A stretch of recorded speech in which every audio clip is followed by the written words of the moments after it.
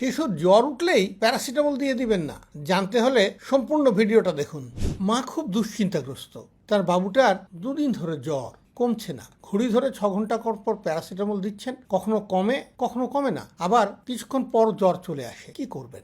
জ্বর হলেই আপনার বাচ্চাকে প্যারাসিটামল দিবেন না, কারণ জ্বর হচ্ছে আপনার বাচ্চার বন্ধু। সে শরীরের প্রতিরোধ ক্ষমতা অর্থাৎ ইমিউন সিস্টেমকে শক্তিশালী করে এবং রোগ জীবাণুকে মেরে ফেলে। অতএব জ্বর আসলে অপেক্ষা করুন, থার্মোমিটার দিয়ে মাপুন, দেখুন সেটা 101-এর বেশি হলো কিনা। 101-এর বেশি যখন হবে থার্মোমিটারে, তখন আপনি চিকিৎসা দিন। পাশ্চাত্যে কোনো হাসপাতাল কিন্তু 102-3-এও জ্বরকে চিকিৎসা দেয় না। তারা বলে treat the child, not the number or the thermometer. অর্থাৎ আপনার বাচ্চার শারীরিক অবস্থা যদি সে খুব দুর্বল বোধ করে, খারাপ বোধ করে, তখন প্যারাসিটামল সিরাপ দিন। আরেকটা কথা, যদি আপনার বাচ্চার জ্বরজনিত খিঁচুনি থাকে, সেক্ষেত্রে কিন্তু প্যারাসিটামল সিরাপ দিয়ে দিবেন।